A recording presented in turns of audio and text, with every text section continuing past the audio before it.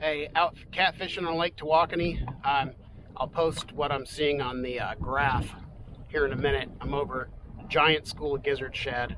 I'll show you all what to look for when you're out drift fishing.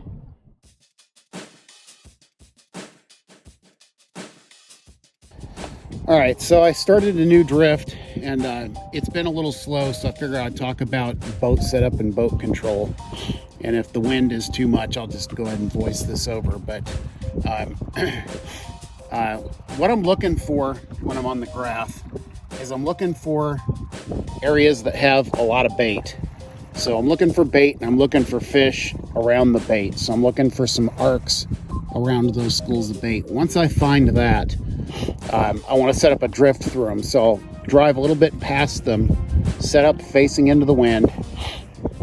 I know some people drift backwards, but for me it doesn't work on this boat, and I really don't get that anyway because it makes you drift too fast in my opinion. But I use Be Ready rod holders, as you can see set up front here. They're super sturdy. You can get big fish on them. It's not going to pull that thing in the water. And as you can see, I've got 6 rods out. 4 catfish rods and 2 are just basically striper rigs for dead sticking. So I always do a couple of dead sticks in the winter. You'll pick up a bonus fish from time to time. So what I'll do is I'll take those 2 inside rods and I cast those out first. I've got about 1.5 ounce weight on each one with a piece of shad and a bobber on the leader line using like a Carolina rig. And then the outside rods, I cast those and let those go out further. So the 2 in the middle are short, the 2 on the outside are long. So that way it keeps them from tangling up. Out in front, I've got 2 52-inch drift socks. Those are big drift socks, but I want to keep my boat speed down to about 0.2 to 0.3 miles an hour. And if I start drifting faster than that, like I was this morning, because the wind is a little bit strong, I use my trolling motor. And if you have a trolling motor that you can set to a heading, even if you have a manual one, point that thing directly into the wind. I have mine set to keep the heading directly into the wind. And I just play with the speed until I get my speed right, so I'm not running up on my drift socks. So about 0.2, 0.3. And then I just go ahead and drift backwards. And I know my speed is right if I see the ends of my rods bouncing. So let's take a look at the end of this one right here. You'll see that it pulls down and then it bounces back up. It's not just pulled down the whole time, indicating that I'm drifting too fast. I want that bait to kind of bounce along the bottom and give a little bit of motion. So right now I'm going about 0.2 to 0.3, and that's just about right to keep those rod tips bouncing with that 1.5 ounce of weight on down there. And that's about it. That's the setup that I use, and it works really well. If you need any Be Ready rod holders, get a hold of Ed. Just Google Be Ready. They really are some of the best rod holders you'll ever use, and they're so versatile. You can use them for drifting, you can use them for still fishing. I love them. I've got them on my boat. I put them on my wife's pontoon boat. I've used them on kayaks. There's so many different setups. If you've got a pontoon boat, there's a really cool square rail mount that screws right onto the rail. You don't have to permanently mount it. That way you can put it just about anywhere on your pontoon. It's really handy. Very cool stuff. And that's about it. That's the rigs that I'm using. We'll see if we get anything here. We've gotten a couple small bites, but it's bluebird skies, not a cloud in the sky. Those are hard days to fish.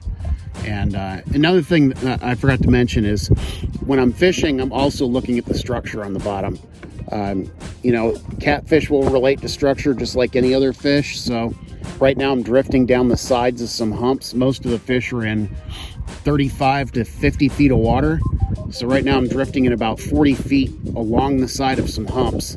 And I'll come across big schools of shad and concentrations of fish around those shad. So catfish, you can, if you've got a decent graph, you can almost tell what direction they're facing too, because you'll see that the color is different on the head, where the head of the catfish is really hard. So you can tell a catfish apart from some other types of fish when you see them on the graph. So I'll include some footage from the from the graph as well, so you can see what I'm looking for. I run a quad setup, and on my quad setup I have my map, my high def sonar, my high def down scan, and then my side scan running. So that way I get just about every view of the fish that I can get. And if I get a good bite or if I get a fish, I'll go ahead and mark that spot so that I can, when I set up my next drift, I'll start wherever that fish was that I caught, because sometimes that indicates that they're hanging out in that particular area. So hopefully we'll come back on with the fish. Like I said, it's been bluebird skies. It's been pretty slow, so we'll see what happens. All right, so we finally got one. He's probably about 8 pounds or so. I've got a gaff in his lip, but I'm gonna keep this one for dinner tonight. See how big his belly is. That's from coming out of deep water. If I didn't decompress him before I released him, if I was going to, he'd die. But yeah, it's not bad. All right, so that fish was probably more about 10 pounds. I decided not to keep it. It just had a hole in its jaw from the gaff, but it wasn't anything that was gonna kill him. His belly was bloated up real big from coming out of 45 feet of water. So I took the tip of my fillet knife and right behind the side fin, the pectoral fin, I just took the tip of my fillet knife and inserted it until I started hearing air coming out, and then gave his belly a little bit of a squeeze just to push out all that air that built up from expanding from coming out of deep water.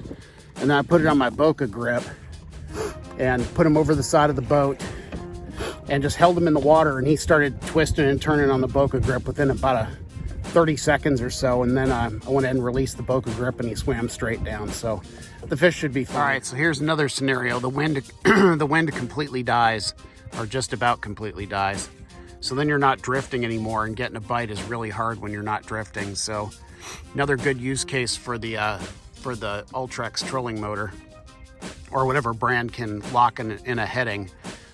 Leave your drift sock out because it helps steer the boat, keep it straight. Set your trolling motor to heading directly behind you, and turn it on whatever speed you need to get the speed you want. I've got mine set right now at 1.5, and it's got me going at just about 0.3 miles an hour. So that way I can still continue to drift even though the wind is almost non-existent. So keeps you in the game when the wind completely dies.